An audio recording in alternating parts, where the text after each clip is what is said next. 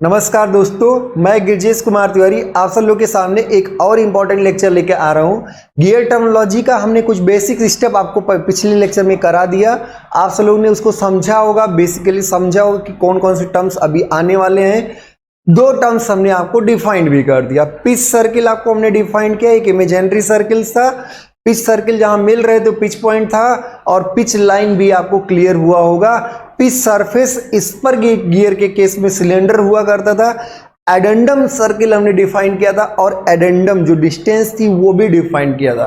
तो आप ये सारे टर्म्स पिछले लेक्चर को देख के क्लियरली समझ गए होंगे। अब उससे आगे हम सब लोग टर्मिनोलॉजी को बढ़ाएंगे। बहुत ढेर सारे टर्म्स हैं, सारे टर्म्स को सीखना बहुत जरूरी है। और सब लोग, आप सब लोग को पसंद आए भाई, तो इसको पसंद आए तो इजहार करिए, लाइक करिए, शेयर करिए, 5-10 मिनट निकालिए थोड़ा सा हमारे लिए भी, और लोगों में शेयर करिए। जितना मैक्सिमम लोगों में फैल जाए उतना ही अच्छा है, उतना लोगों का भी फायदा होगा और सबका फायदा होगा। ठीक है, तो जितने अदर स्टेट के लोग हैं, सब लोग सारे स्टेट में, पूरे इंडिया में, नॉर्थ इंडिया और जितने भी हिंदी भाषी लोग हैं, सब लोग इसको शेयर, लाइक और सब्सक्राइब करें, जिससे आपको अच्छे से अच्छे और भी ढेर सारे वीडियोज, हमें भी मोटिवेशन मिले, हम भी अच्छा कर सकें। बार बार वही कहने की जरूरत नहीं है कि हम आपसे कहें कि आप हमें सब्सक्राइब करो। कोई भीख थोड़े मांग रहे हैं। ठीक है, मेहनत कर रहे हैं, आप भी अच्छा कर रहे हैं तो आप भी लोगों में फैलाइए और भी लोग अच्छा करें। ठीक है, चलो शुरू करते हैं टर्मिनोलॉजी का अगला। मैकेनिकल इंजीनियरिंग स्टूडेंट्स के लिए लेक्चर बहुत इंपॉर्टेंट है, तो ध्यान दीजिएगा। मैकेनिकल इंजीनियर इसको बहुत अच्छे से देखें, थ्योरी ऑफ मशीन का एक इंपॉर्टेंट टॉपिक है। ठीक है, शुरू करते हैं, हम चलो आगे बढ़ते हैं। गियर टर्मिनोलॉजी, तो पहला टर्म आपने समझ ही लिया है, एडेंडम सर्किल। एडेंडम सर्किल क्या है? The circle passing through the top of the teeth and concentric with the pitch circle is known as addendum circle. addendum क्या था? the radial distance between pitch circle and addendum circle. अब ध्यान दीजिए, डिडेंडम circle को ही root circle, जड़ से होकर जाने वाला रूट सर्किल भी कहते हैं। डिडेंडम सर्किल को ही क्या कहते हैं? रूट सर्किल भी कहते हैं। तो ध्यान दीजिएगा, ये आपका रूट सर्किल है, ये आपका क्या है? रूट। तो जब कोई टीथ बना होगा, जब कोई दांतें बनी होंगी, ये है, तो इसका टॉप भी होगा और कुछ गहराई एकदम नीचे तक होगा। तो रूट से होकर जाने वाला, कहां से? रूट से, बॉटम से होकर जाने वाला। देखो हमने क्या बताया आपको कि कहां से होकर जाने वाला। तो सेंटर बताइए, सर्किल डिफाइन करना है, सेंटर और रेडियस बताइए, तो क्या हो? The circle passing through the bottom of the teeth. ये टीथ है, इसके bottom. The circle passing through the bottom of the teeth, the circle passing through the root of the teeth, जड़ है, root of the teeth, and concentric with the pitch circle. Pitch circle के संकेंद्रीय, मान लीजिए ये centre है, तो pitch circle के संकेंद्रीय, और कहां से? तो आपने केंद्र बता दिया, concentric with the pitch circle, and radius क्या बता दिया? The circle passing through the root of the circle. तो जो जड़ से होकर जाने वाला है, ये आपका क्या है? यही आपका डिडेंडम सर्किल है, यही आपका रूट सर्किल भी है। इसी को डिडेंडम और इसी को रूट सर्किल कहते हैं। इसी को डिडेंडम सर्किल भी कहते हैं और इसी को क्या कहेंगे?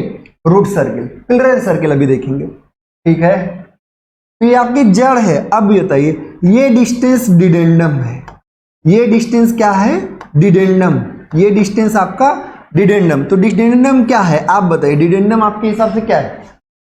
डिडेंडम, it is the radial distance, it is the shortest distance. तिरछा मत होइएगा, नहीं बड़ा हो जाएगा, नहीं, आपको छोटे से छोटा वाला चाहिए।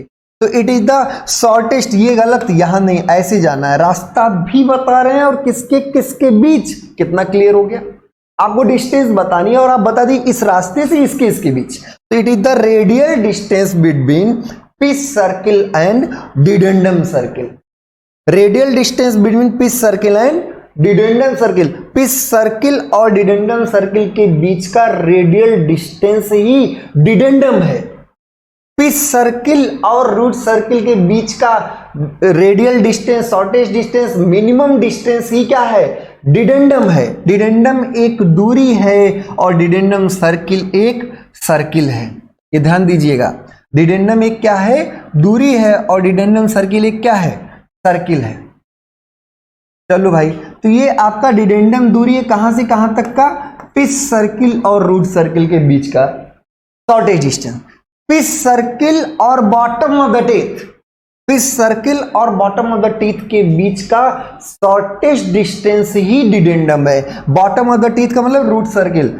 अब ध्यान दीजिएगा, pitch circle radius, pitch circle radius, centre से पिच सर्किल जाओगे, पिच सर्किल रेडियस और डिडेंडम सर्किल रेडियस का अंतर जो बचेगा, पिच सर्किल रेडियस यहां से यहां तक, पिच सर्किल रेडियस यहां से यहां तक, और ये रूट सर्किल रेडियस, तो ये बीच का दूरी क्या है, डिडेंडम। तो जो डिडेंडम होगा, डिडेंडम होगा पिच सर्किल रेडियस, सिर्फ आर लिख रहे हैं तो पिच सर्किल समझिए, पिच सर्किल रेडियस माइनस क्या होगा, dedendum circle radius. Pitch circle radius में से डिडेंडम 10 में से 8 चिड़िया उड़ गई तो बचा 2, तो ऐसे क्या है, पिच सर्किल रेडियस में से डिडेंडम सर्किल रेडियस या रूट सर्किल रेडियस निकाल दो तो क्या मिलेगा, डिडेंडम। एडेंडम सर्किल, पिच सर्किल सब हो गया, रूट सर्किल सब हो गया। क्लियर हुआ, कोई दिक्कत तो नहीं किसी को। अब ध्यान दीजिएगा, अब हम सब लोग फेस पढ़ेंगे, हम सब लोग क्या पढ़ेंगे, फेस। चलो भाई, चेहरा ये है, ये टीथ है, टीथ समझ रहे हो ना, टीथ के ऊपर का ये वाला एरिया जो है, ये सामने का ये नहीं, ये आगे का नहीं, ये बगल वाला, ये वाला एरिया क्या है, फेस। जहां हमने रेड किया है यही क्या है, फेस। तो इसमें अगर आप देखें तो ये सामने नहीं देखें, सामने वाला नहीं, सामने नहीं, कहां जाना है, इसमें जाना है। इसमें जो ऊपर का पिच सर्किल के जो ऊपर का एरिया वही क्या है, फेस। तो क्या है, ये आपका पिच सरफेस है। ऐसे अगर आप देखते तो एक पिच सिलेंडर बनता, पिच सिलेंडर के ऊपर का पिच लाइन, ये पिच लाइन है, तो पिच सरफेस के ऊपर का सरफेस, ऊपर का, the surface of the teeth above the pitch surface, above the क्या, पिच सरफेस। अरे आप खुद सोचिए, चेहरा ऊपर होता है और सारी चीजें नीचे होती है, तो क्या है कि एबव द पिच सरफेस अगर है तो फेस, ये क्या है, फेस। एक टीथ में 2 फेस होगा, एक टीथ में इधर भी फेस होगा और उस साइड भी फेस होगा। ऐसे इसमें अगर ये टीथ है, ये एक टीथ है, इसके ऊपर ये एरिया क्या है, फेस है, ऐसे उस साइड भी फेस होगा। The surface of the teeth, teeth का surface above the pitch surface क्या है, फेस। आगे बढ़े, ये नीचे का एरिया, ये जो नीचे का एरिया है ये क्या है, ये फ्लैंक है। ये जो नीचे का एरिया है क्या है, फ्लैंक है। तो आपका इसके नीचे का जो एरिया है यही क्या है, फ्लैंक है। दिख रहा है सबको, जो ब्लैक कलर में हम कर रहे हैं, इसमें अगर देखेंगे तो यही एरिया, ये क्या है, फ्लैंक है। The surface of the teeth, teeth का ही सरफेस, लेकिन क्या हो, बिलो वर्ड आ जाए, बिलो मतलब नीचे, तो एबव अगर आए, एबव वर्ड आए तो फेस, और अगर बिलो आ जाए तो फ्लैंक, अगर बिलो आ जाए तो फ्लैंक। तो the surface of the teeth, teeth का surface below the pitch surface, इस पिच लाइन के पिच सरफेस के नीचे का एरिया क्या होगा, फ्लैंक। एक बात और ध्यान रखिएगा, डिडेंडम जो होता है ये एडेंडम से थोड़ा बड़ा होता है। क्यों होता है इसमें भी आएंगे, लेकिन अभी जो डिडेंडम होता है वो एडेंडम से थोड़ा बड़ा होता है। और अगर डिडेंडम बड़ा है, ये दूरी, ये शॉर्टेज डिस्टेंस, यही तो डिडेंडम है, किसके बीच का, रूट और पिच। तो ये डिडेंडम वाला जो सरफेस होगा ये फ्लैंक होगा, और जो एडेंडम वाला सरफेस होगा ये क्या होगा, फेस होगा। तो फ्लैंक फेस से बड़ा होगा। फ्लैंक सरफेस ये एरिया है, ये पहले समझिए कि कौन क्या है, एडेंडम दूरी है, एडेंडम सर्किल है, फेस एक एरिया है, फ्लैंक भी एक एरिया है। तो ये आपका एरिया है। फ्लैंक का एरिया फेस के एरिया से थोड़ा ज्यादा होता है, डिडेंडम एडेंडम से थोड़ा ज्यादा होता है। तो फेस और फ्लैंक क्लियर है सबको। अब आगे बताते हैं कि फेस और फ्लैंक दोनों मिला के ये जो कर्वेचर है, ये कर्वेचर, ये पूरा कर्वेचर अब ये ऊपर का पोर्शन फेस और नीचे का पोर्शन क्या, फ्लैंक। तो फेस और फ्लैंक दोनों मिला के जो कर्व बनाते हैं वही टूथ प्रोफाइल कहलाता है। फेस और फ्लैंक, नीचे इसके मटेरियल भरा होगा, जैसे गियर है तो सिर्फ दांतों में हम इंटरेस्ट ले रहे हैं, सिर्फ टीथ में इंटरेस्ट ले रहे हैं, सारी टर्मिनोलॉजी टीथ से है, उसके नीचे यहाँ मटेरियल जो भरा है उससे कोई मतलब नहीं है। बात समझ आ रही? तो अब आइए, द कर्वेचर कंटेंड, कर्वेचर किसके द्वारा समाहित किया गया हो, फेस एंड फ्लैंक। फेस और फ्लैंक द्वारा जो कर्व समाहित किया था वही क्या कहलाती है, टूथ प्रोफाइल। टूथ की जो प्रोफाइल है, टेढ़ी मेढ़ी जो भी है, इनवैल्यूट जनरली यूज करते हैं, साइक्लॉइडल भी हो सकता है। शुगर इंडस्ट्रीज में साइक्लॉइडल यूज करते हैं। अरे एक एक लाइन ध्यान रखिए। तो ये क्या होगा, curvature contained by face and flank is known as tooth profile. एक एक टर्म क्लियर हो रहा है? Addendum circle, addendum, dedendum circle, dedendum, pitch circle, face, flank, profile. Dedendum addendum से थोड़ा ज्यादा होता है। अगर आपसे पूछे डिडेंडम क्या होता है न्यूमेरिकली, तो आप कहोगे पिच सर्किल रेडियस में से अगर डिडेंडम सर्किल रेडियस घटा दिया जाए तो आपका डिडेंडम बचेगा न्यूमेरिकली। अगर आपसे सबसे शॉर्टेस्ट सर्किल पूछा जाए तो रूट सर्किल, इसके जड़ से नीचे और कोई है क्या, तो एकदम जो जड़ से जा रहा सबसे छोटा, ये आपका सबसे माइनर सर्किल होगा, और सबसे बड़ा मेजर सर्किल जो होगा वो एडेंडम सर्किल होगा।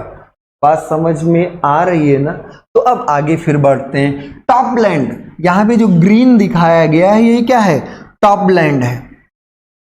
ये टॉप लैंड है, ये यही आपका क्या है, टॉप लैंड। एकदम टॉप पर गए, दांतों के एकदम, ये मत सोचिएगा टीथ एकदम जाके ऊपर एकदम से शार्प हो जाता, नहीं, एकदम देखिए शार्प नहीं है, यहां ऊपर एरिया है, यहां पर ऊपर एरिया है। तो किसी भी टीथ के, किसी भी गियर के टीथ के, किसी भी गियर के, जो हमने यहां पे देखिए रंग दिया इसको, तो किसी भी गियर के टीथ के टॉप सरफेस को ही हम क्या कहते हैं, टॉप लैंड कहते हैं। किसी भी गियर के टीथ के टॉप सरफेस को, ये टीथ का जो टॉप सरफेस है ये क्या कहलाएगा, टॉप लैंड कहलाएगा। यही आपका टॉप लैंड कहलाएगा। ऐसे इसमें भी टॉप लैंड ये है, टॉप मतलब एकदम ऊपर की भूमि। तो किसी भी गियर के टीथ के टॉप सरफेस को टॉप लैंड कहते हैं। और किन्हीं दो लगातार, एक और दो लगातार वर्ड है, कॉन्जिक्यूटिव वर्ड बहुत इंपॉर्टेंट, किन्हीं दो लगातार टीथ के बीच का बॉटम सरफेस, यहां जो बॉटम, अब इसी में गियर में देखिए जो दो दांतें लेंगे तो इसके बीच में ये बॉटम, ये बॉटम, ये ऊपर ऊपर दिख रहा है टॉप है, और दोनों के बीच में यहां गैप है। तो किन्हीं दो लगातार टीथ के बॉटम सरफेस का एरिया क्या कहलाएगा, बॉटम लैंड। जैसे यहां पर एक दांतें और बनती, तो इन दोनों के बीच का ये जो एरिया है, किन्हीं दो लगातार के बीच के बॉटम सरफेस, बॉटम सरफेस का एरिया क्या कहलाएगा, बॉटम लैंड। टॉप लैंड हो गया, बॉटम लैंड हो गया। अब आगे फिर बढ़ते हैं, एक एक टर्मिनोलॉजी बढ़ती जा रही है, बहुत इंपॉर्टेंट टर्मिनोलॉजी है। आइए, अब अगर कोई पूछे टीथ का थिकनेस बताइए, टीथ की थिकनेस, टीथ की थिकनेस ये है, ये है, ये क्या है, टीथ थिकनेस। अब ध्यान दीजिए, ऐसे ये जो ऐसे तो तिरछा बनाया गया जिससे आपको ये सरफेस भी दिखे, या आइसोमेट्रिक भी हो, लेकिन एकदम सामने देखे तो ऐसे। अब टीथ का एकदम ऊपर नापा जाए, टॉप लाइन पे नापा जाए तो मोटाई कम है भाई, एकदम ऊपर मोटाई क्या है, कम है। धीरे धीरे मोटाई बढ़ती जा रही, बढ़ती जा रही, और नीचे कुछ और मोटाई है। तो हर जगह तो मोटाई अलग अलग है, हर जगह अगर मोटाई अलग अलग है, थिकनेस अलग अलग है, तो कौन सी थिकनेस टीथ थिकनेस कहलाएगी। इसीलिए एक टर्म बहुत इंपॉर्टेंट होता है, पिच सर्किल। पिच सर्किल के इमेजिनरी टर्म तो है जिसके प्योर रोलिंग से वही मोशन मिलता है जो गियर द्वारा एक्चुअल, ठीक है। तो क्या है, थिकनेस ऑफ द टीथ, कहां पर, टॉप पर, बॉटम पर नहीं, thickness of the teeth along the pitch circle, thickness of the teeth along the pitch circle is known as teeth thickness. ये है ऐसे, अगर यहां पर, यहां से ऐसे यहां तक, टीथ की मोटाई नापे किसके अलोंग, पिच सर्किल के अलोंग। तो टूथ ने एक आर्क है, लेंथ तो एकदम सीधी लाइन नहीं है, ये एक ऐसे आर्क है, सर्किल के अलोंग जाना है। तो tooth thickness is the thickness, tooth thickness is the thickness of the teeth along the pitch circle. आप बता रहे हैं ये मोटाई है, तो मोटाई आप नीचे नहीं नापेंगे, ऊपर नहीं नापेंगे, कहां नापेंगे, पिच सर्किल के अलोंग। तो thickness of the teeth along the pitch circle is known as tooth thickness। ऐसे अब भाई टूथ मोटाई है, बीच में गैप है, गैप भी ध्यान रखिएगा, गैप होना जरूरी है क्योंकि दूसरा आके इसी में घुसेगा, जब घुसेगा तभी फंसेगा, तभी चलेगा आगे। तो यहाँ फंसा के मामला चला नहीं था कि हम एक घुमाएं और दूसरे को फंसा के घुमाएं, ठीक है। तो यही क्वेश्चन था कुल मिला जुला के। चलिए तो अब आइए, ये स्पेस है, टूथ स्पेस या इसी को स्पेस विड्थ कहते हैं, इसी को हम क्या बोलते हैं, स्पेस विड्थ। तो क्या होगा, द डिस्टेंस या space between two consecutive teeth, space between. अब स्पेस बिटवीन अगर देखोगे तो एकदम टॉप सरफेस पर स्पेस ज्यादा होगा, एकदम ऊपर नापोगे तो ज्यादा गैप होगा क्योंकि यहां पे थिकनेस कम है, ज्यादा दूर होगा ज्यादा। अगर नीचे एकदम नापोगे तो बहुत कम स्पेस होगा, नीचे अगर इसी में नापोगे एकदम नीचे तो स्पेस कम होगा, एकदम टॉप पर नापोगे तो स्पेस ज्यादा होगा। तो कहां से नापना है, पिच सर्किल के अलोंग। तो किन्हीं दो लगातार धातु के बीच का पिच सर्किल के अलोंग गैप, पिच सर्किल के अलोंग स्पेस, पिच सर्किल के अलोंग जो स्पेस होगा वही क्या कहलाएगा, वही क्या कहलाएगा, टूथ स्पेस या स्पेस विड्थ, इसी को टूथ स्पेस या फिर स्पेस विड्थ। तो किसी भी दो लगातार, कोई दो लगातार ले लीजिए, किन्हीं दो कॉन्जिक्यूटिव टीथ के पिच सर्किल के अलोंग गैप जो होगा वही टूथ स्पेस कहलाएगा। ये टूथ थिकनेस है और ये टूथ स्पेस है, ये आपका क्या है, टूथ स्पेस है। अब ध्यान रखिए जो दूसरा इंसर्ट होने आने वाला है इसी गैप में आने वाला है, उसकी मोटाई इस गैप में, दूसरे की मोटाई इसी गैप में आने वाली है, इंसर्ट होने वाली। तो क्या ये स्पेस और ये थिकनेस बराबर होना चाहिए, क्या ये स्पेस और ये थिकनेस दोनों बराबर होना चाहिए, ये बड़ा इंपॉर्टेंट क्वेश्चन।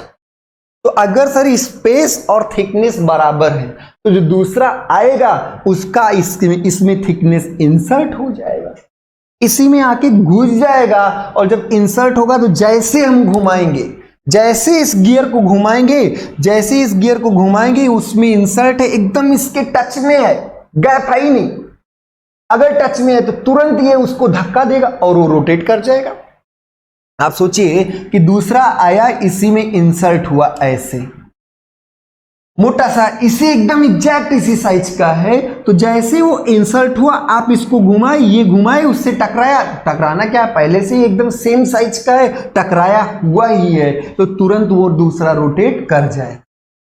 लेकिन अगर आपने स्पेस ज्यादा दे दिया और थिकनेस कम रखा, अगर आपने स्पेस ज्यादा दे दिया और थिकनेस क्या किया, कम रखा, अगर ये टूथ स्पेस, ये थिकनेस है और ये टूथ स्पेस है, अगर आपने स्पेस ज्यादा दिया और थिकनेस कम रखा तो दूसरा जो आके इंसर्ट होगा वो इसके एकदम कांटेक्ट में नहीं होगा, जो दूसरा आके इसमें इंसर्ट होगा एकदम से इसके कांटेक्ट में नहीं होगा। तो जब आप इसको घुमाओगे, जब आप इसको घुमाओगे तो ये पहले उससे टकराएगा, ये थोड़ा गैप है मान लो ये ऐसे, तो जब आप इसको घुमाओगे तो पहले ये उससे टकराएगा तब उसको घुमाएगा।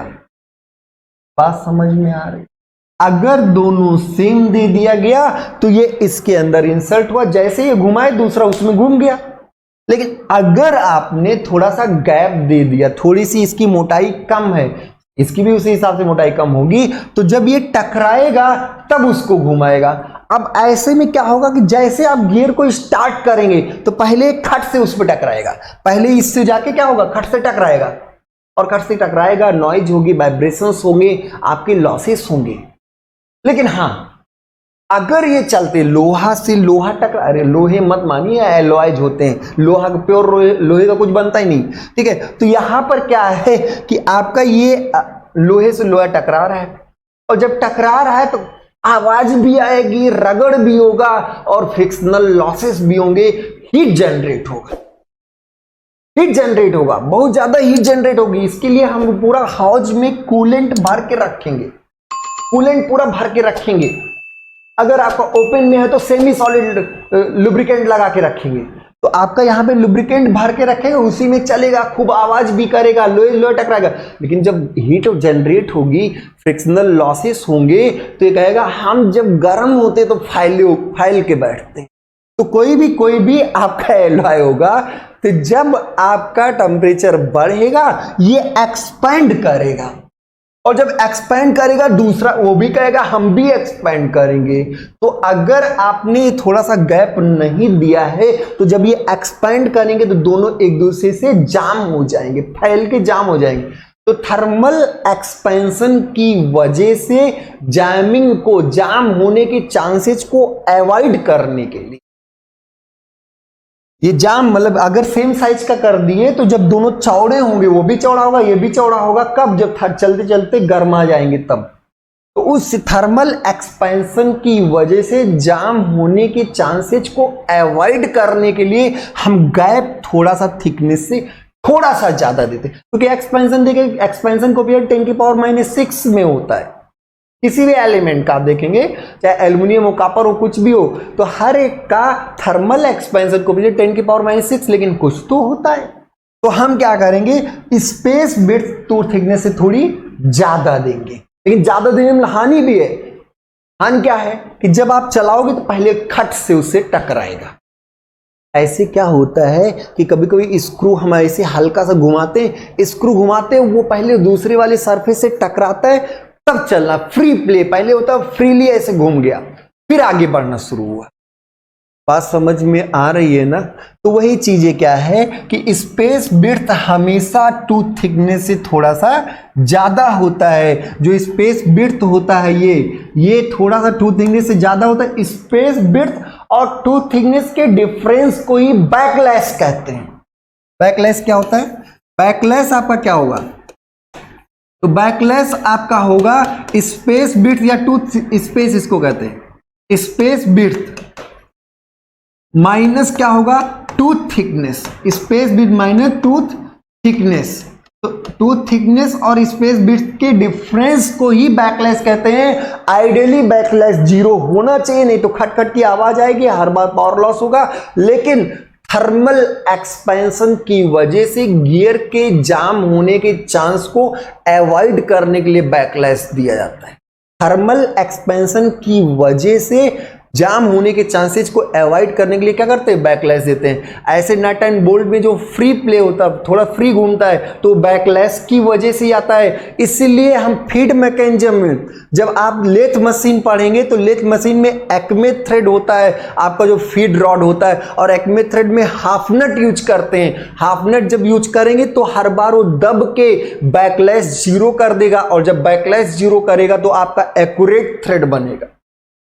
अगर बैकलैश होता तो घूमा, इधर थ्रेड घूमा, लेकिन उधर नट आगे बढ़ा ही नहीं, और जब नट आगे बढ़ा नहीं तो आपका थ्रेड क्या एक्यूरेट बनेगा? नहीं। इसलिए हम आधे आधे स्प्लिट नट को काट के यूज करते हैं। स्प्लिट नट जब यूज करते हैं तो बैकलैश के 0 रहता है। जैसे थ्रेड घूमा तुरंत नट आगे बढ़ा, और नट आगे बढ़ा तो एक एक्यूरेट, एक एग्जैक्ट मोशन देगा, जिससे हमें थ्रेड अच्छे से बन जाएगी। स्क्वायर थ्रेड जनरली हम लेथ मशीन पर बनाते हैं। चलिए कोई बात नहीं, इसको आते फिर से। तो बैकलैश क्या है? स्पेस विड्थ और टूथ थिकनेस का अंतर। जो दूसरा आएगा उस टूथ थिकनेस और स्पेस, इसका गैप ज्यादा है, उसका अंतर ही बैकलैश है। बैकलैश थर्मल एक्सपेंशन से अवॉइड कर, थर्मल एक्सपेंशन की वजह से जाम होने के चांसेस को अवॉइड करने के लिए दिया जाता है। बैकलैश आइडियली 0 होना चाहिए, नहीं तो खटखट की आवाज आएगी, एक्यूरेट पावर या मोशन ट्रांसफर नहीं होगा। पहले ही उससे टकराएगा, आप तो सोचे कि चल रहा है, लेकिन वो पहले उससे टकराएगा तब चलाएगा ना, तो वो टकराएगा, इस जो ये गैप होगा उसमें पावर ट्रांसमिट नहीं होगा। चलिए आगे बढ़ते हैं। चलो भाई, टू थिकनेस हो गया, स्पेस विड्थ हो गया, face, flank, top line, bottom line. अब बताइए ये जो टीथ होता है, टीथ जो होता है बॉटम, अब बताइए कोई भी टीथ आया ऐसे बना, ऐसे टीथ बना। अब अगर अचानक से यहां शार्प कॉर्नर हो, एकदम से क्या हो, शार्प कॉर्नर हो। आप कोई भी बीम बना रहे हैं, एकदम से ऐसे शार्प हो, एकदम से यहां शार्प कॉर्नर हो। तो जब शार्प कॉर्नर होते हैं तो स्ट्रेस कंसंट्रेशन बहुत ज्यादा हो, स्ट्रेस की इंटेंसिटी का बढ़ जाना है, स्ट्रेस कंसंट्रेशन सांद्र हो जाना है। कोई भी चीज की इंटेंसिटी बढ़ जाए, वैल्यू बढ़ जाए, स्ट्रेस इंटेंसिटी मतलब वैल्यू यहां पे है कि 50 मेगापास्कल से 100 मेगापास्कल हो जाए, तो स्ट्रेस की इंटेंसिटी बढ़ जाती है। कब? जैसे मान लीजिए बहुत लोग छेड़ू टाइप के होते हैं, तो वो क्या करते हैं कि अगर कोई पाइप है उस पर गए ऐसे चाकू मार के खुश होके चल रहे हैं। हम सब लोग क्या होता था, गांव में सरसों का फूल तोड़ते हुए ऐसे चलते थे, छेड़ने का मन। तो ऐसे क्या कि पाइप पे ऐसे चाकू मार के चले, तो जहां पर थोड़ा नॉच होगा, सर्कल्स होंगे, मतलब सर्कुलर होल होगा, या कहीं कोई सरफेस इरेगुलरिटीज होगी, या कहीं पर एरिया अचानक बदल जा रहा है, तो वहां पर स्ट्रेस कंसंट्रेशन बहुत ज्यादा होगा। तो यहां पे जब आपका कॉर्नर सडन कॉर्नर हो गया, जैसे आए तुरंत यहां पे सडन, तो सडन केस में स्ट्रेस कंसंट्रेशन बहुत ज्यादा होगा। तो हम सब लोग क्या करते हैं, इसको धीरे धीरे ग्रेजुअली एरिया कम करते हैं। आप सोचिए ये टीथ है, टीथ का यहां तक एरिया बहुत पतला सा है, उसके बाद तो पूरा सॉलिड है ना, पूरा सॉलिड भरा हुआ है, पूरा भरा हुआ है। अब यहां पर जब आपका आया, अचानक से अगर कॉर्नर्स होता, अचानक कॉर्नर होता, तो उस समय स्ट्रेस का कंसंट्रेशन बहुत ज्यादा होता, क्योंकि सारा लोड तो इसी टीथ को सहना है, सारा लोड किसको सहना है, टीथ को। तो यहां पर कॉर्नर की वजह से स्ट्रेस इंटेंसिटी बहुत ज्यादा होगी। उसको मिनिमाइज करने के लिए हम एरिया धीरे धीरे रिड्यूस करते हैं। एरिया क्या करते हैं, धीरे धीरे, सडनली नहीं, अचानक से शार्प कॉर्नर नहीं, अचानक से यहां पे शार्प नहीं, धीरे धीरे रिड्यूस करते हैं। और धीरे धीरे रिड्यूस करने को ही क्या करते हैं, फिलेट प्रोवाइड करते हैं, एक तरीके से मटेरियल फिल कर देते हैं। जैसे कोई चीज ऐसे अचानक आती है, ऐसे यहां पे हम थोड़ा मटेरियल फिल कर दिए, तो ये क्या हो गया, फिलेट। तो फिलेट इसको कहते हैं, जो अचानक से नहीं, ग्रेजुअल एरिया का डिक्रीज करना फिलेट होता है। बॉटम पर किसी भी टीथ के ग्रेजुअल एरिया का डिक्रीज होना फिलेट कहलाता है। और फिलेट एक कर्व सरफेस होगा, इसका एक रेडियस होगा, ये आपका फिलेट, इस जो फिलेट का जो रेडियस ऑफ कर्वेचर होगा वही क्या कहलाएगा, फिलेट रेडियस कहलाएगा। फिलेट का ये जो फिलेट आपने भरा है, इसका radius of curvature, radius of curvature, कोई भी ऐसे आपने भरा तो इसका रेडियस होगा। ये रेडियस ऑफ कर्वेचर क्या कहलाता है, फिलेट रेडियस कहलाता है। ये फिलेट रेडियस आपको दिया है, तो फिलेट ये रेडियस है। बात समझ में आ रही है ना, ठीक है। तो क्या क्या हो गया, टॉप लैंड हो गया, टूथ थिकनेस हो गई, स्पेस विड्थ हो गया, बैकलैश हो गया। अब फेस विड्थ की बात कर रहे हैं, फेस विड्थ, ये फेस है, ये ऊपर का सरफेस ही क्या है, फेस है, ये ऊपर का सरफेस ही क्या है, फेस है। इसकी चौड़ाई, इसकी चौड़ाई क्या कहलाएगी, फेस विड्थ कहलाएगी। आप सोचिए चेहरा है, इसकी चौड़ाई कैसे डिफाइन किया जाए, कैसे डिफाइन किया जाए, यहां पर भी यही चौड़ाई, यही चौड़ाई, यही चौड़ाई, यही चौड़ाई आपकी क्या है, फेस विड्थ। तो किसी भी टीथ का थिकनेस, यहां पर थिकनेस पिच सर्किल के अलोंग, लेकिन क्या है, अगर ये स्पर गियर है, स्पर गियर टर्मिनोलॉजी की बात करें, आप सोचिए एकदम ऊपर वाला फेस है, ऊपर वाला सरफेस, इसी में क्या है, फेस है, ये ऊपर वाला, ये ऊपर वाला सरफेस क्या है, फेस है, उसी की ये चौड़ाई। तो जब आप गियर लगाएंगे तो ये एक्सिस होगा, जब आप गियर लगाएंगे ये आपका शाफ्ट होगा, ये क्या होगा, एक्सिस होगा। क्लियर है।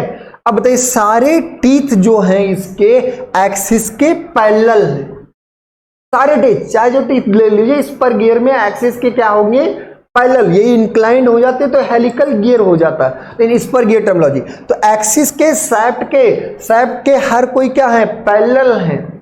अब ध्यान रखिए, किसी भी गियर के टीथ का एक्सिस के समांतर थिकनेस, चाहे ऊपर नापो, नीचे नापो, मतलब कहीं भी आप एकदम बॉटम पर नापो, तो किसी भी गियर के टीथ का एक्सिस के समांतर जो थिकनेस होगा, चाहे एकदम टॉप पर नाप लीजिए, चाहे एकदम बॉटम पे नाप लीजिए, चाहे बीच में, एक्सिस के समांतर, एक्सिस के, यहां एक्सिस ऐसे बाहर होगा ना, इसके जो समांतर ये जो थिकनेस है, चाहे ऊपर नीचे चाहे जहां, ये थिकनेस क्या है, फेस विड्थ कहलाता है। तो किसी भी गियर के टीथ का एक्सिस के समांतर थिकनेस, थिकनेस मतलब दूरी है, क्या कहलाएगी? फेस विड्थ कहलाएगी। फेस विड्थ, फ्लैंक विड्थ दोनों बराबर ही होंगे। फ्लैंक की भी ये चौड़ाई क्या होगी?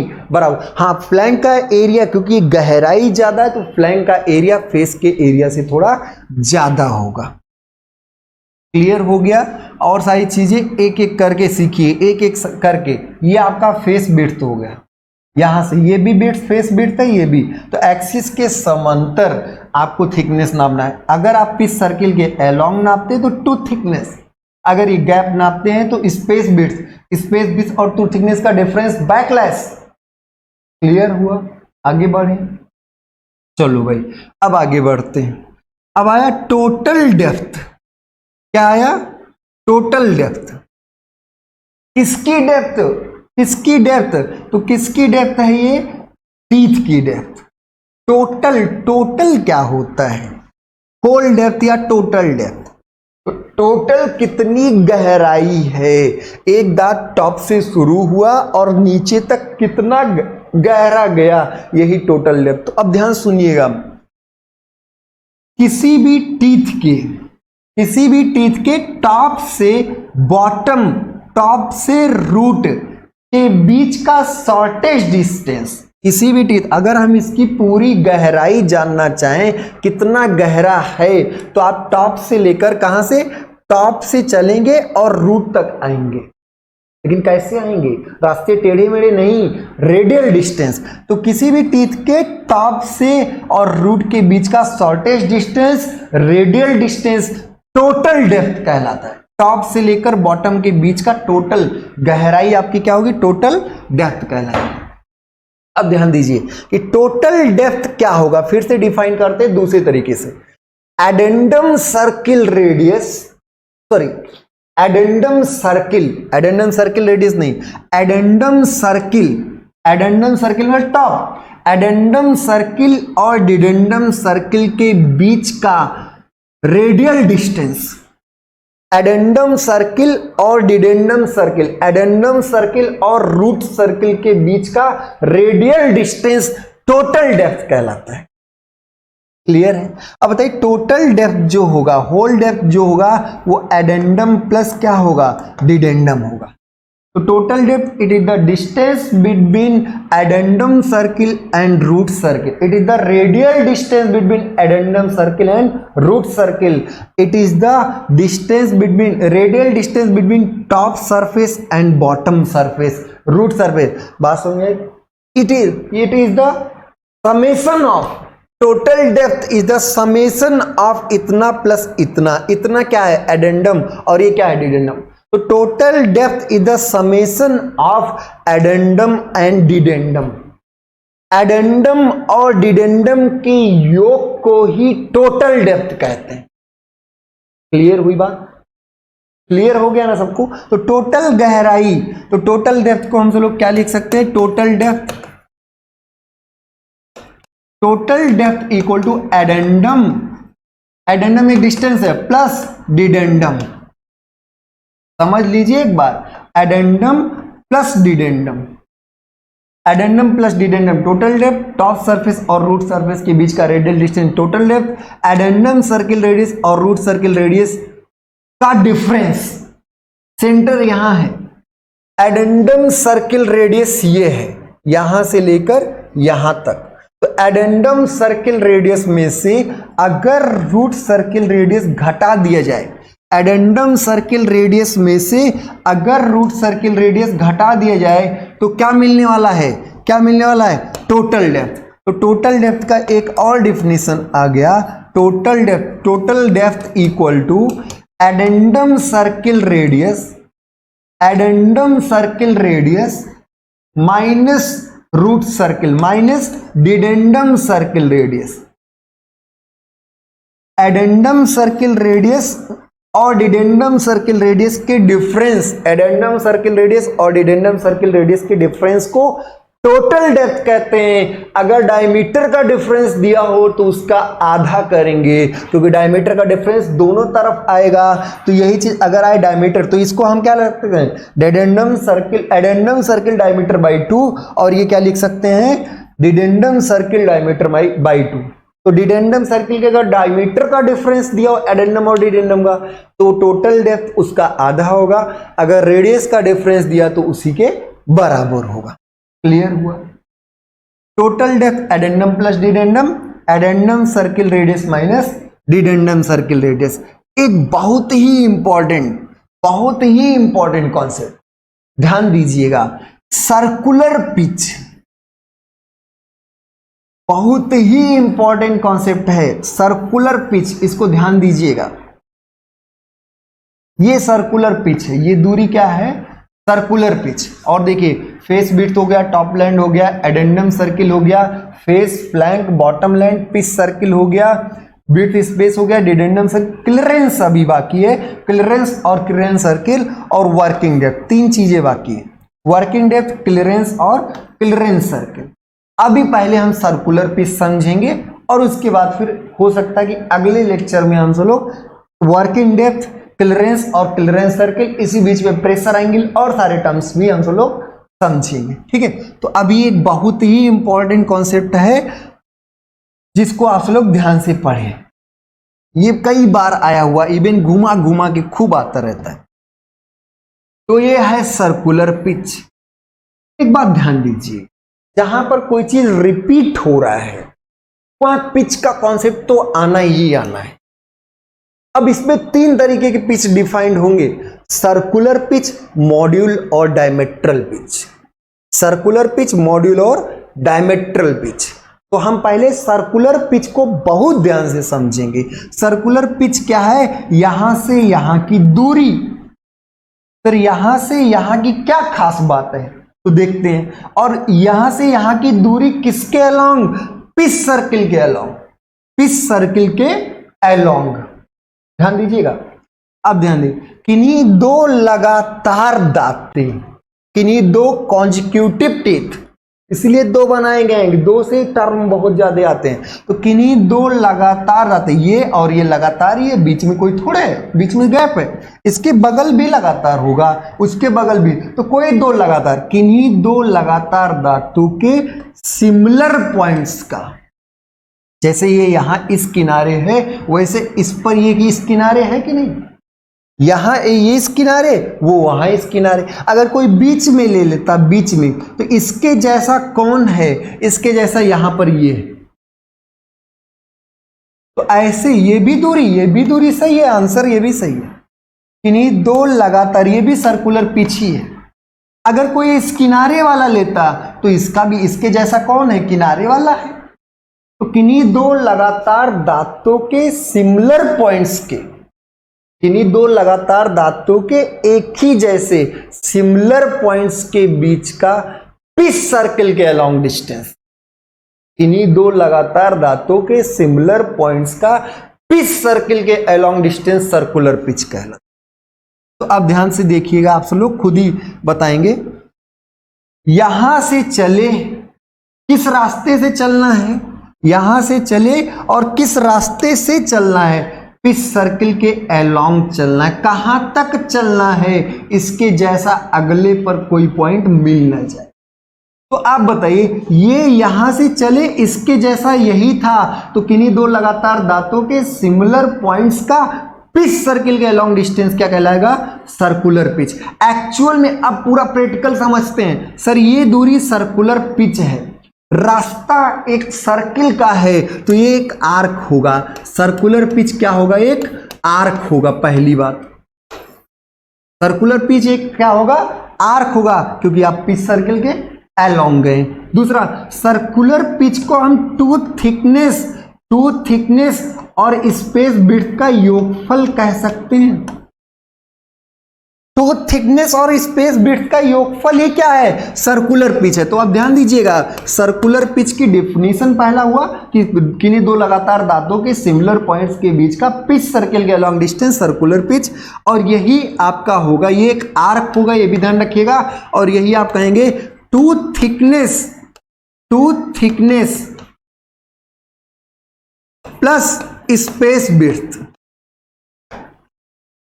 स्पेस विड्थ या टूथ स्पेस कह सकते हैं, tooth thickness plus space width. अरे भाई टूथ थिकनेस और स्पेस विड्थ जोड़ोगे तो सर्कुलर पिच ही तो मिले। न्यूमेरिकल पॉइंट ऑफ व्यू पे आते हैं, न्यूमेरिकल, ये क्लियर हो गया सबको। अब आइए, ये इतनी दूरी निकालनी है, ये इतनी दूरी ही सर्कुलर पिच है। अगर हम पिच सर्किल के अलॉन्ग पूरा टहल आए, पिच सर्किल ऐसे है, अगर हम इसके अलॉन्ग पूरा टहल के आए, पूरा पेरीफेरी, तो ये पूरी डिस्टेंस क्या होगी, पाई डी होगी। किसी भी सर्किल का परिधि क्या होता है, सरकमफ्रेंस क्या होता है, 2 पाई आर या पाई डी होता है। तो पूरा अगर टहल के आते तो पाई डी, लेकिन इसी में आपने बैठा दिए खूब ढेर सारे दाते। ऐसे कितने बैठा दिए, कितने दाते बैठा दिए, कितने बैठा दिए, 10 12 नहीं, टी।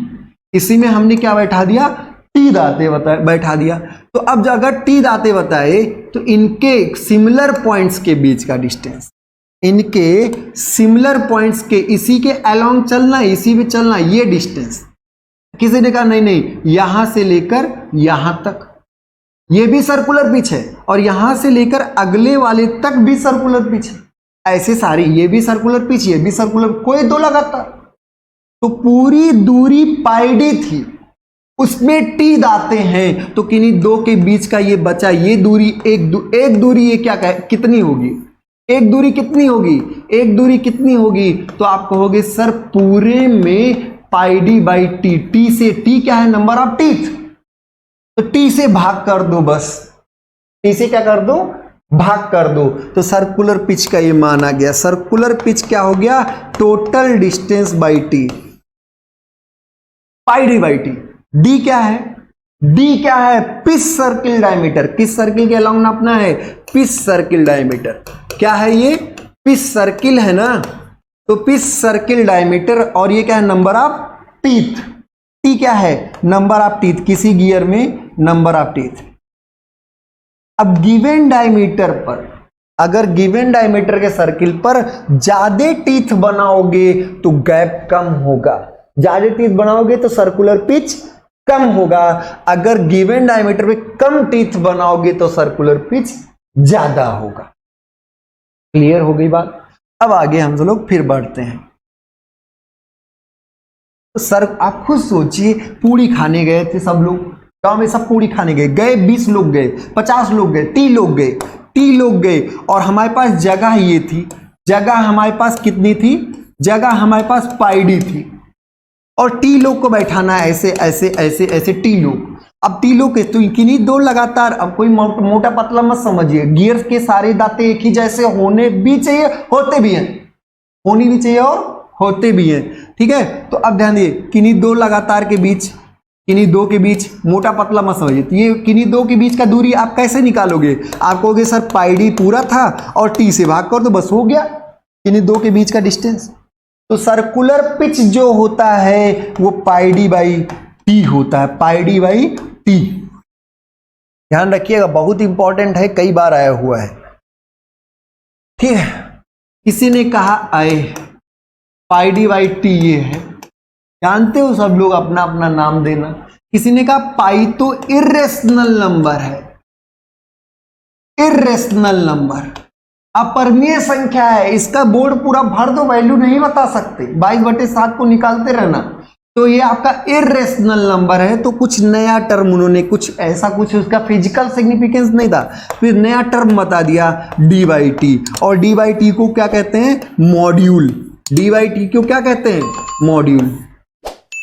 तो पिच सर्किल डायमीटर और नंबर ऑफ टीथ के रेशियो को, पिच सर्किल डायमीटर और नंबर ऑफ टीथ के रेशियो क्या कहते हैं, मॉड्यूल कहते हैं, ठीक है। अगर इसका यूनिट पूछे तो टी तो काउंटिंग है, काउंटिंग का कोई मात्रक नहीं होता, 1 2 3 4 कोई मात्रक होगा नहीं, तो ये तो काउंटिंग है, नंबर ऑफ टीथ है। इसका आपका यूनिट देखेंगे तो mm, सेंटीमीटर, मिलीमीटर, यही सब होगा, जो डी का मात्रक होगा।